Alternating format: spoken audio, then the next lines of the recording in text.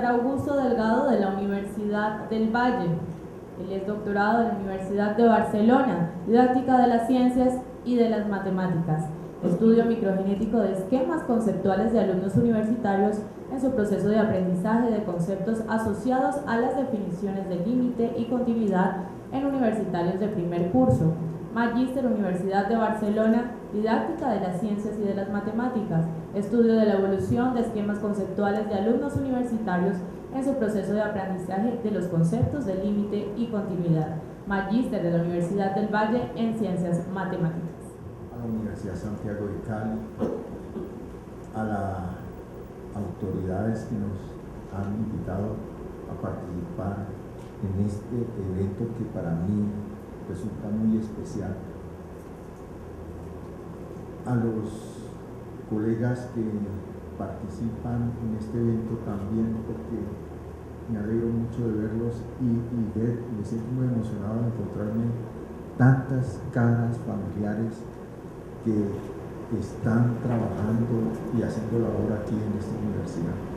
Entonces, muy agradecido, es para mí un honor poder participar un poco de mi pequeña experiencia respecto al problema que nos convoca sobre la enseñanza y la aprendizaje de las matemáticas del colegio a la universidad.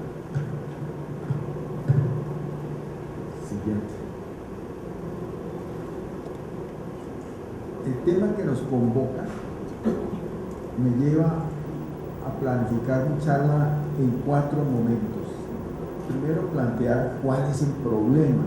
El problema lo tenemos identificado ya hace mucho tiempo, 30 años que llevamos en esto.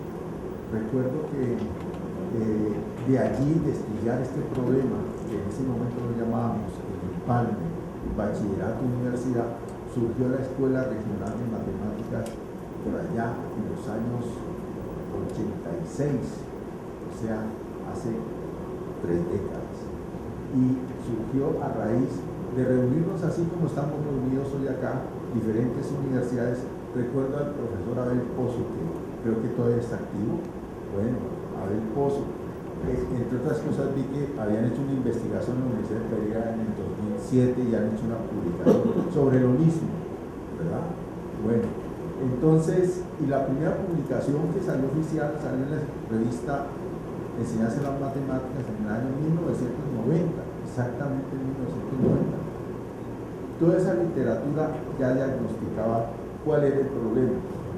Las causas y las variables pues se han ido aclarando con el paso del tiempo de ese problema, las consecuencias de las cuales nos ha hablado hoy el profesor Gamba de una manera muy bonita y muy agradable, y las posibles soluciones que tienen que ver con la transformación de las prácticas de los profesores, las prácticas de enseñanza de los profesores y la transformación de las prácticas de estudio de nuestros estudiantes. Siguiente. El problema.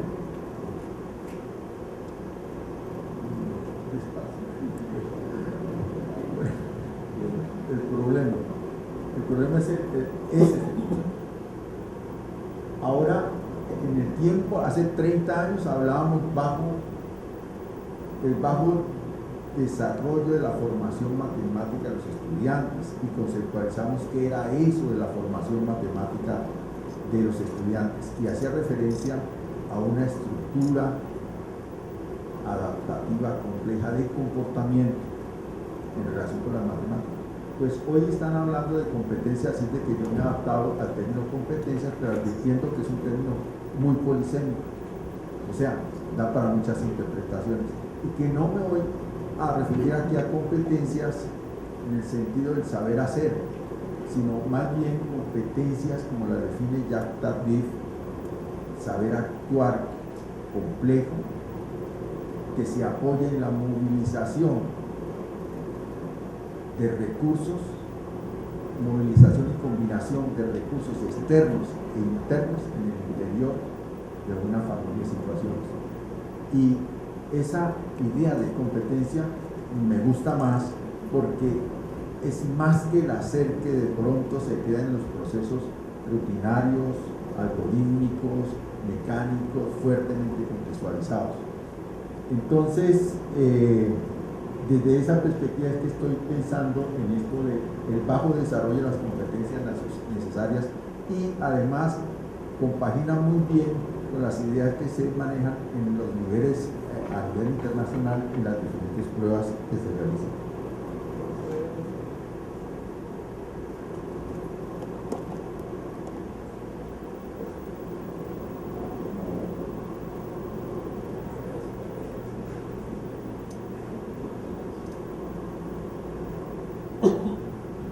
Evidencia, mire, Colombia ha participado en las tres últimas pruebas PISA, 2006, 2009 y 2013. La prueba PISA establece 6 niveles de competencia, 6 niveles, desde el nivel 1 hasta el nivel 6.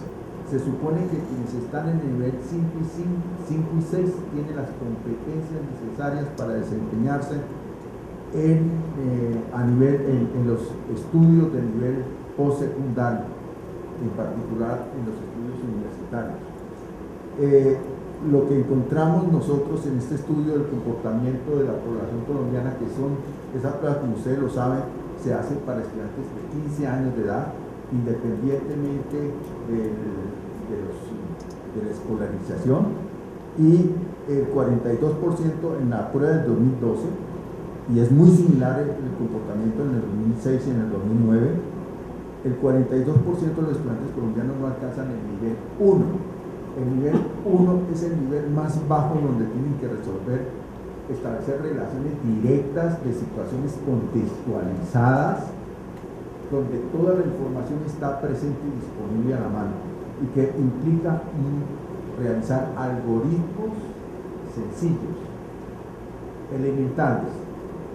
El 42% no alcanza ese nivel 1, o sea, está en el nivel 0, no lo alcanza. El nivel 1 se ubica el 32%, o sea, que el 74% de los estudiantes colombianos no alcanzan el nivel mínimo 2 de desempeño en esas pruebas. Esto realmente es preocupante.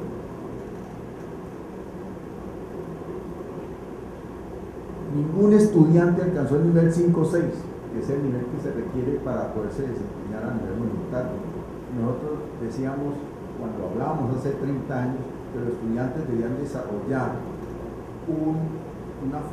alcanzar una formación matemática que les permitiera alcanzar el nivel de pensamiento formal, es decir, aquel que les permite razonar sobre hipótesis, extraer datos de situaciones complejas, manejar diferentes sistemas de representación semiótico para pensar y que ellos medien en esos procesos de pensamiento y saberlos elegir y manejar de acuerdo a las necesidades que representan las diferentes situaciones.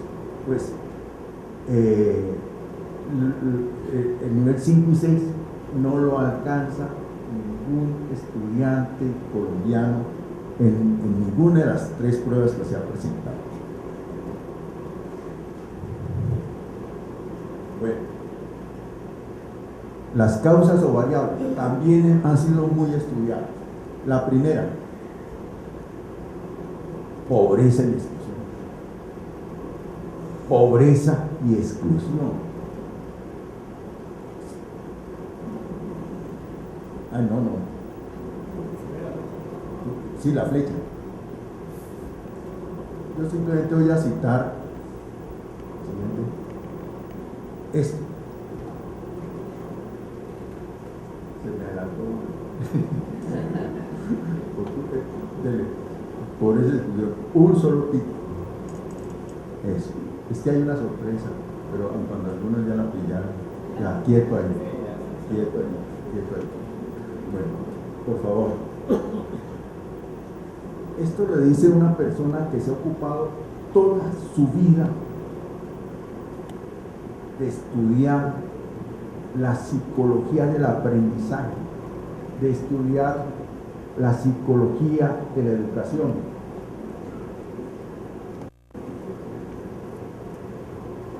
¿Ustedes creen que algo parecido nos sucede? ¿Quién será que dice esas cosas como tan subversivas? Porque es aterrador, ¿no? ¿Cómo así? Mi trabajo sobre educación y clases sociales en los primeros años me ha convencido de que el sistema escolar es en efecto nuestra forma de mantener un sistema clasista, por lo que a los niños de la parte más baja de los niveles socioeconómicos se refiere, y esto es dramático, es un sistema que mutila su capacidad de participar con plenos derechos en la sociedad, mutilación que lleva a cabo de manera efectiva y a una edad muy temprana. ¿Saben quién es? Siguiente. Nada menos que uno de los personajes.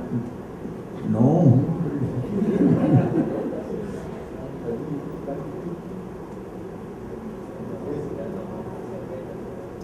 Jerome Bruner, psicólogo norteamericano.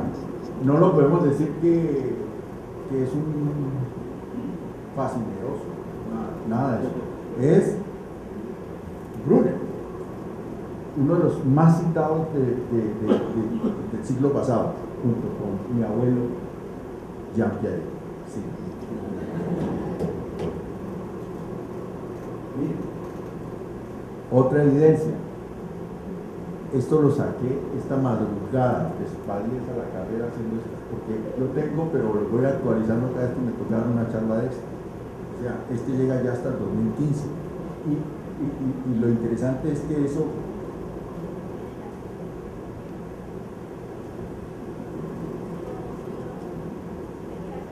ya. Si ustedes observan los extremos, mire, aquí estamos en el año ¿qué? 98. Aquí estamos en el año 2016, primer semestre. Hasta el día de hoy. Mire, los estudiantes que ingresan matriculados de nivel bajo, son los azules. En el año 98 recibíamos, en el sistema se matriculaban más estudiantes de nivel bajo que de nivel medio y que de nivel alto. Si vemos después de todo este tiempo, estas casi 3 décadas, el comportamiento es casi que similar, ¿lo ven? Pero hay una cosa interesante en esa gráfica. Miren, los de nivel bajo empiezan a decrecer aquí, su ingreso. Los de nivel alto empiezan a aumentar, pero aquí hay un quiebre. Hay un punto extraño allí. ¿Por qué será? Pues bien, miren lo que pasó. Primero hubo un aumento de cobertura en la década de los 90, se hizo un aumento de cobertura y en el año 94 salió la ley 115 de evaluación por logros. Por ese tiempo también la Comisión de Sabios recomendó que haya que volver a la doble jornada, o sea, estudio en la mañana y estudio en la tarde, que se había eliminado para poder aumentar cobertura. Ese problema empezó a trabajarse desde esa época, pero el Estado o el gobierno no ha logrado resolver el problema y todavía apenas el 18% de los estudiantes oficiales tienen la jornada completa. Solamente hoy día, esto es un estudio del Banco de la República donde señala, y cuando lo quieran me lo recuerdan por correo, yo se los mando, señala que ese es un problema muy grave que contribuye a ese problema de la inequidad y del fracaso. Ahora, mire, ¿qué pasó aquí?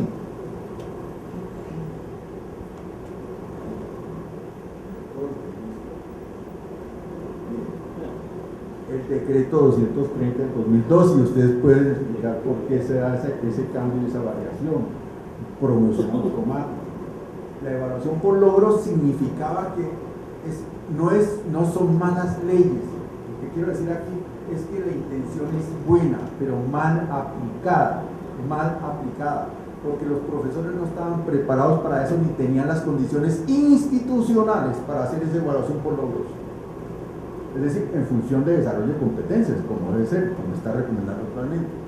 Y la promoción automática, pues, ¿quién no está de acuerdo con que se promueva automáticamente un estudiante y que no como sucedía antes a nosotros, que uno perdía el año con 3, si perdía 3 materias, perdía el año y tenía que repetir todas las materias?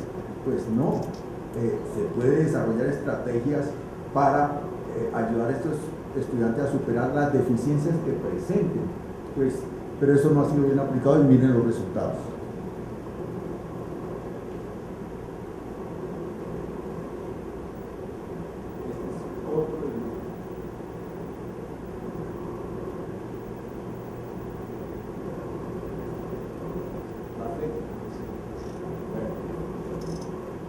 El aumento de cobertura, sigamos, por favor. Yo sigo, no. Ya vimos esto. Bueno, está todo esto. Este es otro factor. En la época que yo trabajaba en educación media, años 70, en las instituciones luchábamos por tener más autonomía para desarrollar nuestros propios proyectos educativos, porque la manera rígida como se hacía en ese tiempo por parte del ministerio no permitía salirse de unos parámetros muy fijos que obligaban. Teníamos visitas todos los años de los inspectores, etcétera, y teníamos unos libritos que decían qué se tenía que enseñar, en qué orden y de qué manera en todas las materias, y el profesor tenía que llevar un librito que se llamaba el diario de clase, y eso siempre lo ponía a hacer a un estudiante el más aplicado allí para que se lo llenara, y eso eran todas las materias. Los inspectores llegaban y pasaban revista por eso, y se iba y se examinaba si se estaba haciendo o no las cosas como decían.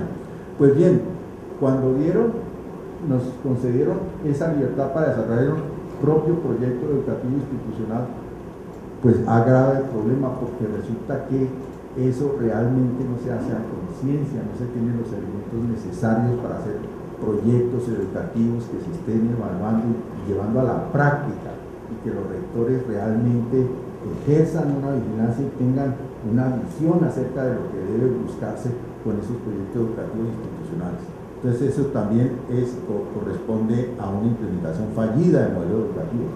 Insisto, no es que eso sea malo, el problema es la aplicación y las condiciones en que se hace.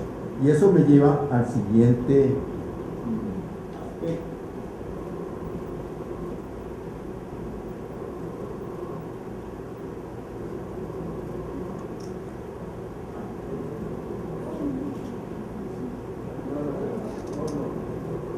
Es el desbalance entre las dinámicas educativas sociales. Y voy a traer a otra voz a este auditorio que nos habla desde hace muchos años. Ahora sí, la flechita.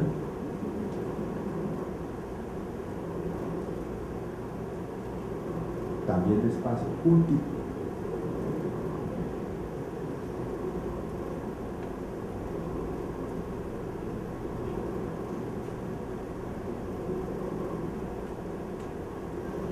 La fortaleza de una nación se produce íntegramente.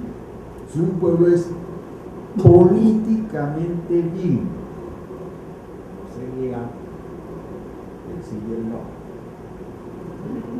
Es vano esperar nada de la escuela más perfecta. Es vano esperar nada de la escuela más perfecta. Solo cabe entonces la escuela de minorías, que vive aparte contra el resto del país.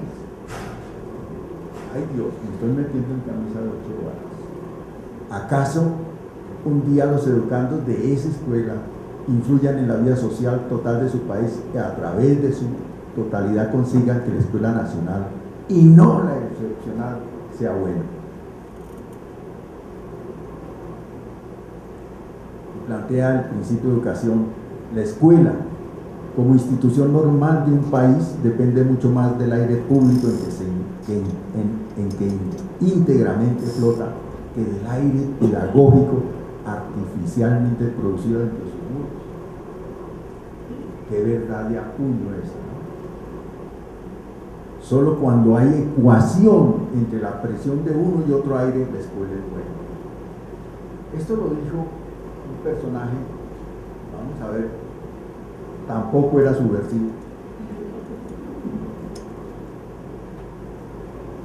Cuando se está discutiendo en España sobre si se traía y se implementaba el modelo educativo de Alemania o de los ingleses, entonces él respondía de esa manera: hombre, mire, no comete esa locura. Aquí estamos pensando si podemos traer el modelo educativo de Finlandia, ¿no?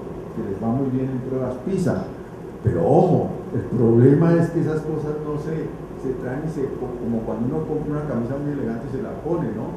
Sino que depende de ese aire que se da entre la sociedad y la escuela. Ojo, depende de las organizaciones sociales, de las condiciones sociales. El profesor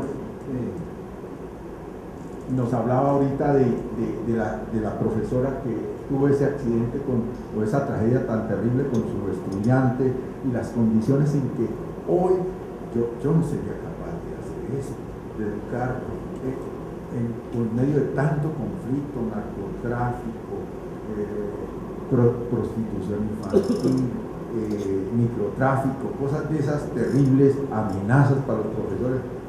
Ese es el ambiente que se vive y con el cual hay que poner el pecho a la brisa. Bueno,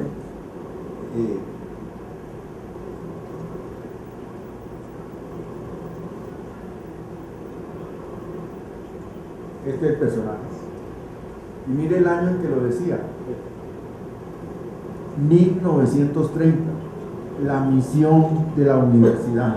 Ese librito es un librito corto, breve, se lo lee uno en un día. Quien quiera se lo mando. También se consigue en la red, ya todo eso se consigue en la red, ¿no? 1930, parece que estuviéramos hablando hoy, ¿no? Parece que estuviéramos hablando hoy. Ahora sí la flecha, por favor, la flecha. Bueno, pues esas son las causas o variables de nuestro problema. Flecha. O algunas, ¿no? Porque no están todas. Las consecuencias, por favor. Yo.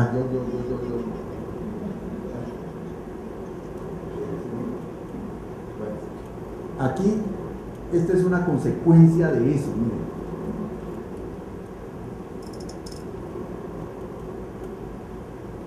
Están de nuevo los estudiantes de nivel alto, que son los verdes, los de nivel medio, los rojos, los de nivel bajo. Miren la deserción. En el primer semestre, no sé cómo recortaron aquí.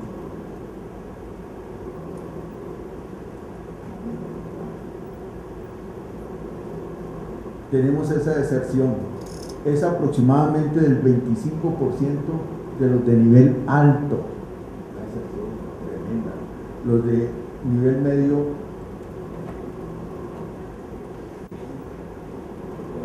15% de los de nivel alto, 20% los de nivel medio y 25% de los de nivel alto el primer semestre. Eso se va incrementando.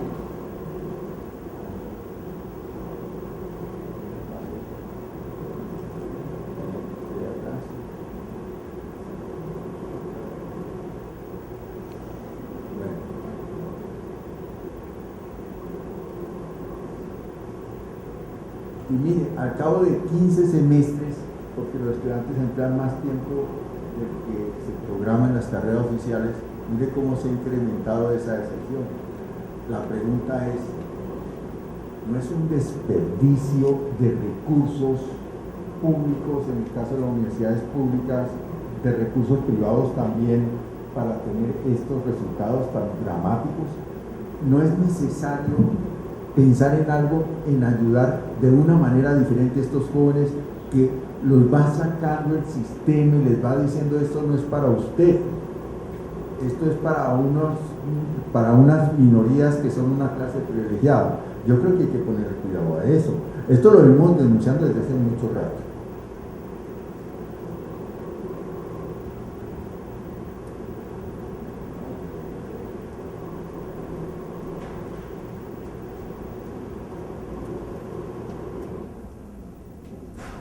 Este triangulito también lo venimos planteando desde hace mucho rato. Las rupturas que son fuente del bajo aprovechamiento estudiantil. Aquí estamos considerando 3 elementos: el modelo educativo, estamos pensando en la universidad, la formación matemática o desarrollo de competencias, si ustedes quieren, de los estudiantes, las condiciones del estudiante.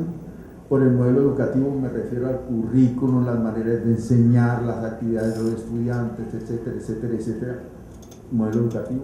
Formación matemática, me refiero a las competencias con que llegan los estudiantes, que ya hemos visto cómo es de dramático. Y las condiciones de estudio me refiero al capital académico y cultural con que llegan nuestros estudiantes a la universidad. Se producen las siguientes rupturas, que las voy a pasar muy rápidamente.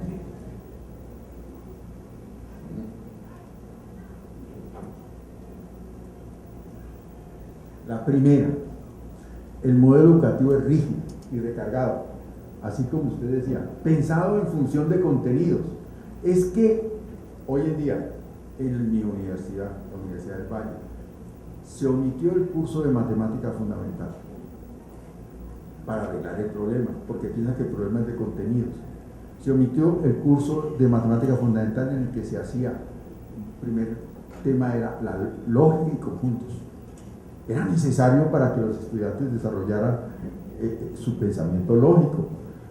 Segundo, estructuras, números reales, funciones, y ese era el curso de primer semestre. Pues ese se omitió. Otro curso que se hacía en el primer semestre era geometría vectorial, que tiene que ver con el desarrollo del pensamiento geométrico, también necesarísimo, y es la base, junto con el algebraico, para un curso que produce unas altas tasas de fracaso estudiantil, que es el curso de álgebra lineal que se veía en el segundo semestre. Pues bien, el afán es cubrir los temas. Entonces quitaron cálculo 1, fundamental, dejaron cálculo 1 y metieron los temas a retazos. Lógica y conjuntos ya no se tocan. Entonces los muchachos razonan como venían razonando desde el bachillerato. ¿Y cómo venían razonando desde el bachillerato? Pues ya vimos, ¿no?, lo que nos dice PISA. Pues bueno, entonces aprenden son algoritmos, a hacer cosas de memoria, escriben en columna, no usan un conector lógico ni de vainas, es que no lo conocen. Entonces no tienen algo que los guíe en su razonamiento, no tienen instrumentos, no saben lo que es una prueba matemática, no conocen del método de demostración, etcétera, etcétera, etcétera. Y le dicen a uno: señor, usted tiene que enseñar en el programa números reales en 2 semanas. Eso era para arreglar el problema del fracaso, en 2 semanas. Después, funciones, otras 2 semanas. Y los estudiantes no tienen ni idea de la diferencia entre una incógnita y una variable, mucho menos empezar una función, en el sentido de coger e identificar un proceso y ser capaz de modelizarlo utilizando el lenguaje de las funciones. Bueno, ese RIC no reconoce la heterogeneidad de la formación matemática de los estudiantes que ingresan a la universidad. ¿A qué conduce eso? Al fracaso. Y estoy hablando de la primera ruptura, pero voy a pasarla rápido porque mi tiempo es muy limitado, pero ahí, sobre eso hay artículos escritos. La ruptura 2. Los niveles de dedicación de los estudiantes de baja formación son insuficientes. ¿Por qué? Porque las condiciones de estudio de los estudiantes, es decir, su capital académico y cultural, el tiempo, los hábitos y el tiempo que le pueden disponer a eso, porque son estudiantes que trabajan, son estudiantes que tienen que desplazarse horas en el transporte urbano para llegar al sitio a la universidad, porque son estudiantes que, como decía usted bien, en Nariño, y tenían que venir a Cali a estudiar. Pues bueno, acá los tenemos desde Puerto Tejada y eso ya es lejos, tienen que transportarse. Bueno, pues todo eso, la formación matemática baja, entonces no pueden seguir el ritmo que les plantea el currículum universitario. Entonces ocurre lo que usted decía, profesor. Llega uno a la cafetería y le pregunta al colega: ¿y cómo vas? Dice: no, yo ya terminé tal cosa, yo ya voy por tal tema. Pero no dice: ¿y por dónde van sus estudiantes? ¿Qué es lo que están aprendiendo los estudiantes? porque no es el problema. Bueno, otra ruptura, el desfase entre el ritmo de exposición del profesor y el ritmo del aprendizaje del alumno, es consecuencia de estas dos rupturas. Entonces, por eso es que uno ve a los estudiantes cuando llega el parcial, que entre otras cosas el sistema evaluativo es perverso, porque no se ocupa de retroalimentar realmente al estudiante a tiempo y permanentemente sobre sus problemas, retroalimentarlo para mediar en los procesos de aprendizaje de ese estudiante. Entonces se llega al parcial y gran noticia, se fracasó y se pone una nota, y lo que se tiene es una evaluación certificativa, sumativa, que llaman ahora. Bueno, ese es otro problema, otra ruptura. La estrategia retórica del modelo educativo no provee formas de seguimiento. Usted lo decía también, profesor, lo decía muy bien. Hacemos esto que estoy haciendo aquí, hablamos y hablamos y hablamos, les llevamos ya la solución de los problemas que debían de construir los estudiantes, plantearse los estudiantes y resolverlos, se las llevamos y se las entregamos. Mi abuelo decía, todo lo que la escuela le enseña al niño le priva de la oportunidad de inventarlo, y es allí donde se mutila, pero como dice Brunner, esa capacidad desde muy temprano, porque todos se lo hacemos. Entonces cuando ya llegamos a los talleres, los estudiantes siempre están reclamando, vea, yo no pude hacer esto, ¿me lo puede explicar? ¿Cómo se hace, profesor? Y el profesor, pues para ser buen profesor hay que explicar mucho y hay que explicar bien, entonces se agarra y explica bien. Pues no, allí vamos en contravía de lo que se está proponiendo, de una posición bien diferente de la que estamos asumiendo ahora. Otra ruptura, el modelo educativo no actúa sobre las deficiencias reales de los estudiantes, las ignora, es ciego. Bueno, esto ya lo comenté, la respuesta inadecuada del modelo educativo. Estoy aquí refiriéndome al caso de la Universidad del Valle. Antes teníamos estos cursos de fundamental, y mire, estas cifras son sacadas estadísticamente. El 50% perdían matemática fundamental en el modelo viejo, hasta el 2013 se aplicó. Geometría vectorial el 55%, en el segundo semestre cálculo 1 el 40% y álgebra lineal el 45%. ¿Qué pasó después de la reforma? Estos son los índices de fracaso en el primer semestre. Y ríase usted el problema en que se mete cuando es el coordinador de esos cursos, porque además son cursos masivos, no son cursos de 30 estudiantes ni de 10, son cursos de 150 estudiantes, masivos. Bueno, y mis pobres estudiantes de la maestría que les toca de asistente de docencia lloran, porque pues a todos los que están aquí, a varios de los que están aquí les ha tocado, ¿no? Lloran, porque ¿y qué pueden hacer? Porque uno les mete toda una teoría de la ideal de la educación, como decía Ortega y Gasset, pero un ideal de la educación que no funciona en una institución que es ciega. El problema es institucional. Bueno, y miren, este es el resultado, el 65% de deserción en los planes de ingeniería. Bueno, una posible solución, ya para terminar. Voy a comentar muy rápidamente una experiencia que tuvimos en el año 2006, porque la profesora María Cristina Tenorio, que dirige un proyecto que se llama, no lo coloqué allí, pero sí, allí está, Universidad y Culturas. Ese proyecto lo tiene mi Secretaría Académica para ayudar a los indígenas y afrocolombianos que se reciben por régimen de excepción y llegan con puntajes muy bajos, no concursan, simplemente la universidad reserva el 10% de sus cupos en cada plan para ellos, o sea, se reciben 60 estudiantes en cada plan de ingeniería, o sea, tiene usted 6 cupos para indígenas afrocolombianos. En medicina también tiene los cupos, en odontología, en todas las carreras, eso se tiene, y esa intención es buena, eso es para recuperar ese equilibrio que se pierde, pero al mismo tiempo se hace el bien, se quiere hacer el bien sin mirar a quién, porque no se hace el trabajo que se tiene que hacer con estos estudiantes que tienen problemas, son en su bajo nivel de formación matemática o de desarrollo de sus competencias. Entonces, María Cristina me dijo, César, ¿qué hacemos?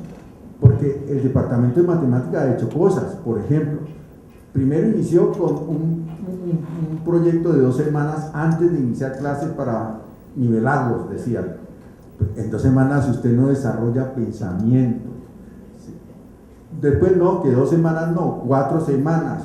Pues tampoco, se necesita tiempo para desarrollar pensamiento, es un proceso. Y no centrado en contenidos, sino centrado en el desarrollo de las competencias en el sentido que comenté al principio.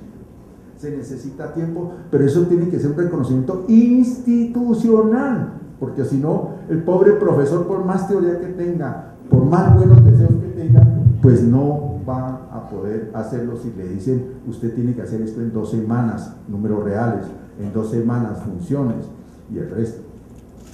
Bueno, entonces yo dije, bueno, si me dan las condiciones institucionales, le dije, mira, ella me decía que si le podía decir a los estudiantes que hacían conmigo, yo tengo un seminario de enseñanza de las matemáticas, de la maestría en matemáticas, que si les decía a ellos que sirvieran de monitores de estos estudiantes de indígenas afrocolombianos, digo, pues yo les puedo decir, pero eso no te va a servir de mucho, porque ellos van a pedir explicaciones, ellos tienen urgencia porque el modelo educativo a un ritmo loco al cual ellos no pueden acceder, entonces ellos le van a pedir explicaciones a estos monitores, y los monitores tienen que vencer su teoría y entregar la explicación para que, a ver si puede salvar y que ellos aprendan de memoria, porque eso es lo que hacen, aprender de memoria. Eso no es malo, pero solamente memoria, la memoria sola, como tú lo decías, es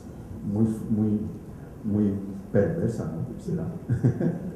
Bueno, cuando es necesaria, ¿verdad? A mí me está fallando mucho últimamente la memoria.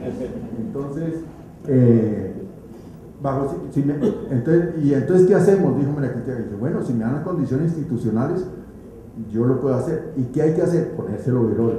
¿Cómo así? Digo, sí, hay que ponérselo verola, transformar las prácticas de enseñanza de los profesores.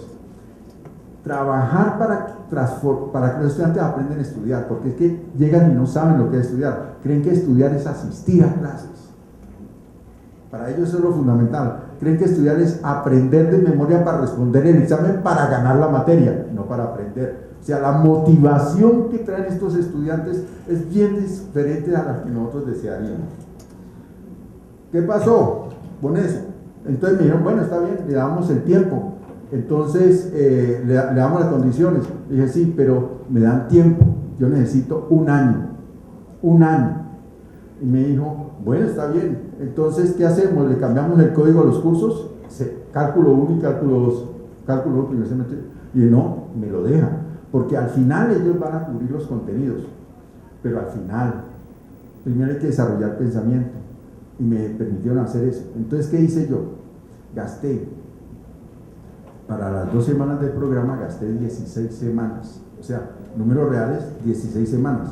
Pero yo no estaba interesado en 100 números reales, en el contenido, sino en la competencia que se desarrolla cuando ellos se enfrentan situaciones en las cuales tienen que construir el conocimiento que se expresa institucionalmente como la estructura algebraica del cuerpo ordenado y completo de los números reales.